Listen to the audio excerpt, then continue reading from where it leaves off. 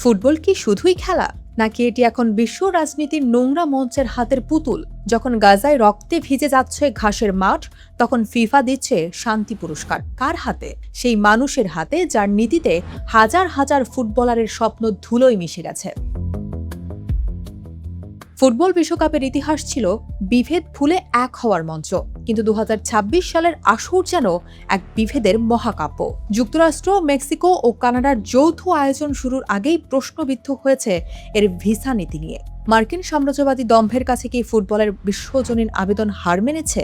একদিকে মেক্সিকোর সীমান্তে সামরিক আইন দেয়াল, অন্যদিকে ট্রাম্পের মতো শাসকের অমানবিক অভিবাসন নীতি।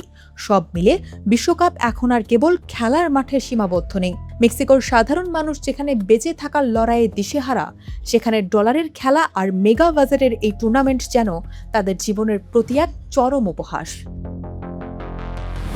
সবচেয়ে ভয়াবহ চিত্রটি ফুটে উঠেছে ফিফার নৈতিক অবক্ষয়ে। গাজায় যখন ইসরায়েলি হামলায় ৪২১ জন পেশাদার ফুটবলার সহ ৭৩,০০০ মানুষ নিহত, তখন ফিফা সভাপতি জিয়ান্নি ইনফান্তিনো কি করলেন?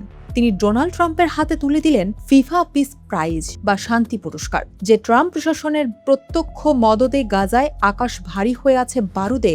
সেই মানুষটি ফুটবলের শান্তির দূত। এর চেয়ে বড় প্রহসন আর কি হতে পারে? টুর্নামেন্টটিকে ঘিরে ইরানের মতো দেশগুলোর উপর ভিসা নিষেধাজ্ঞা বা সোমেলিয়ার রেফারিকে ঢুকতে বাধা দেওয়া, এসবে কি কেবল নিয়ম, নাকি এটি পরিকল্পিত রাজনৈতিক চাপ?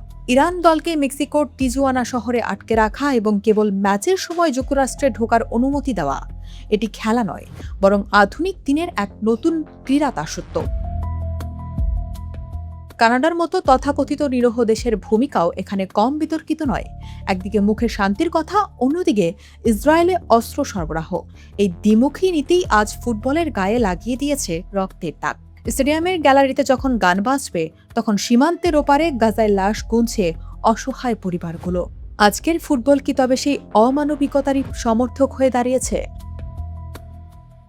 ফুটবল তো খেলার মাঠের কবিতা হওয়ার কথা ছিল, অথচ তা আজ পরিণত হয়েছে সাম্রাজ্যবাদের বিজ্ঞাপনী বোর্ডে। ফিফার এই ভণ্ডামিকে আমরা চোখ বুঝে মেনে নেব, নাকি ফুটবলের সত্যিকারের চেতনাকে ফিরিয়ে আনার সময় এসেছে? কমেন্টে আপনার মতামত জানান।